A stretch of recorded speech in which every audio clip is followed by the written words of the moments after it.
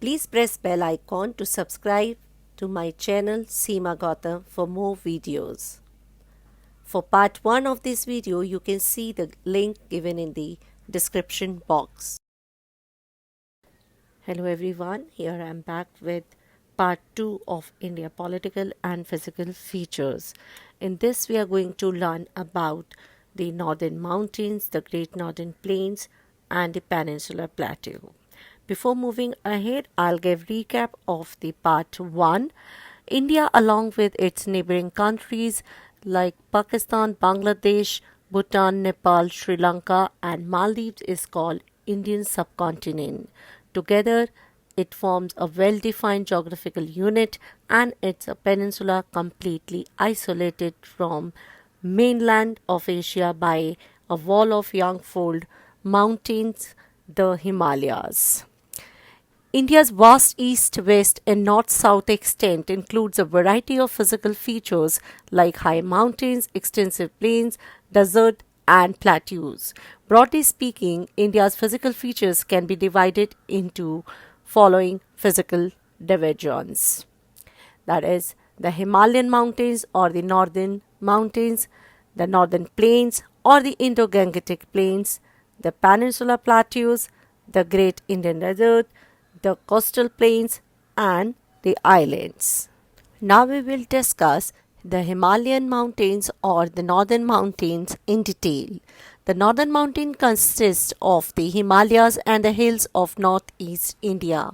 Together they form the northern and the northern-eastern boundaries of India. The Himalayan consists of three main ranges that are almost parallel. They are the Greater Himalayas or Himadri, the Lesser Himalayas or Himachal, the Outer Himalayas or Shivalik. Ganga Parvat in Kashmir along with Namcha Barwa on the Tibetan Plateau mark the west-east ends of Himalayas.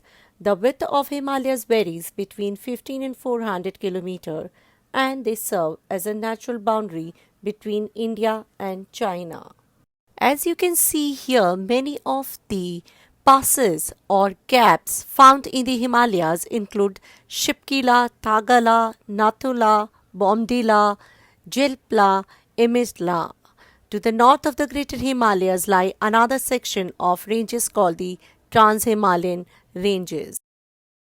It includes the Pamirs mountain ranges in Central Asia, north of India, formed by the junction or north of Himalayas, Karakoram, Kulin, and Hindkush ranges, etc.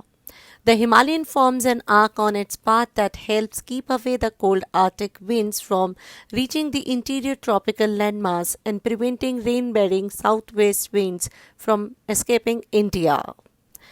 Important perennial rivers like the Ganga, Brahmaputra and Indus originate in these ranges. They also serve as an important source of hydroelectric power due to their rugged terrain while also providing forests rich in timber. The Trans-Himalayas. The ranges to the north of the Great Himalayan ranges are called the Trans-Himalayas. The Jaskar, K2 which is called Godwin-Austen as well, the Ladakh, the Kailash, and the Karakoram are the main ranges of the Trans-Himalayan system.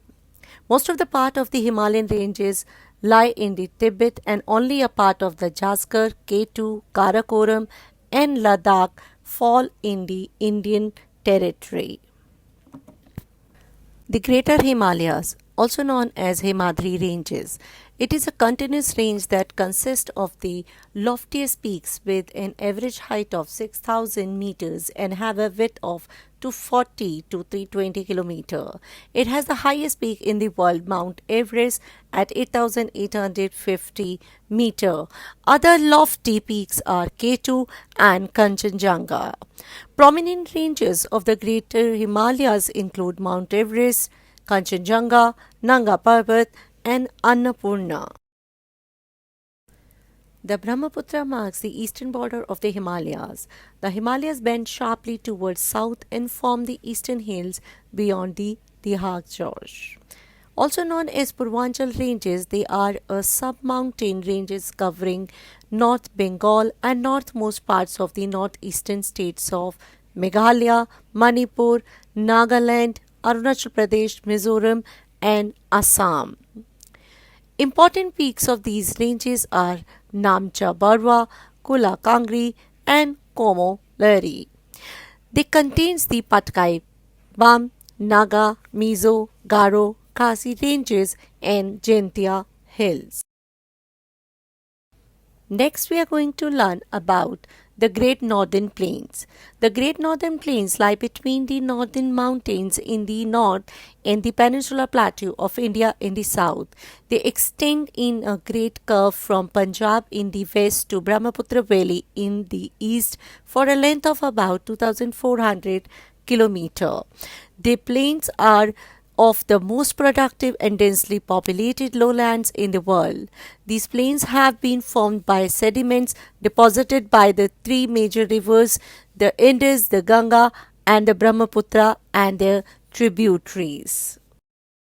The Great Northern Plain can be divided into the Ganga Plains in the center, the Punjab Plain in the west, and the Brahmaputra Valley in the east. So now we will learn about Indus Punjab Haryana Plain. The Indus Punjab Haryana Plain is formed by the sediments carried by the five tributaries of Indus, Jhelum, Ravi, Beas, Satluj and Chenab. Flowing through the region, this is known as the Punjab Plain. The land of five rivers, it is primarily made up of Dobs, which is the land between two rivers. The Indus River drains in Jammu and Kashmir, Punjab, Himachal Pradesh and Haryana.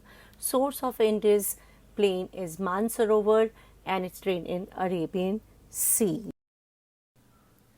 Next we are going to learn about the Ganga Plain. Source of this is Gangotri and it's get drained in the Bay of Bengal. The Ganga Plain in the center is spread across the states of North India, Haryana, Uttar Pradesh, Bihar, Jharkhand, Delhi and West Bengal. Approximately 300 to 150 height formed by the alluvial deposits of Ganga River and its tributaries Yamuna, Gagra, Gomti, Gandak, Chambal, Betwa and the Son. The general slope of the entire plain is to the east and southeast. Almost all the rivers keep on shifting their courses, making this area prone to frequent floods. The Kosi River is very notorious in this respect. It has long been called the sorrow of Bihar. Brahmaputra Valley is formed by the Brahmaputra River. It lies in Assam. Its average height is 100 meters. This is also known as the Brahmaputra Valley or Assam Valley or Assam Plain, as most of the Brahmaputra Valley is situated in Assam. The Ganga and Brahmaputra join in the Bangladesh, where they flow as one river, the Padma, which flows into the Bay of Bengal. Together, these rivers have built the largest delta in the world, that is the Sundarban. The plain is made up of alluvial carried by the Brahmaputra and its tributaries. The Indus-Ganga Brahmaputra plain is the home of millions of Indians. Next is the Peninsular Plateau. The Indian Plateau is also known as Peninsular Plateau. Peninsula, a tract of land having water on three sides. It is made up of igneous and metamorphic rocks. The Peninsular Plateau lies to the south of Vindhya and Satpura ranges. The Malwa Plateau region lies north of the Narmada River and bounded by the Vindhya ranges in the south, the Aravalli range in the west, and the Chota Nagpur Plateau in the east. The region is drained by Chambal, Sindh, Betwa, Ken, Son, and Damodar rivers. The Deccan Plateau lies to the south of the Narmada and it's marked centrally by high triangular tableland. It is located between two small mountain ranges, the Western Ghat and the Eastern Ghats, on its eastern and western sides respectively. It is the largest plateau in India and covers most of the southern part of India. Western Ghat lie on the western edge of the Deccan Plateau and stretched from river Tapi to Kanyakumari, drained by the rivers Mahanadi, Godavari, Krishna and Kaveri.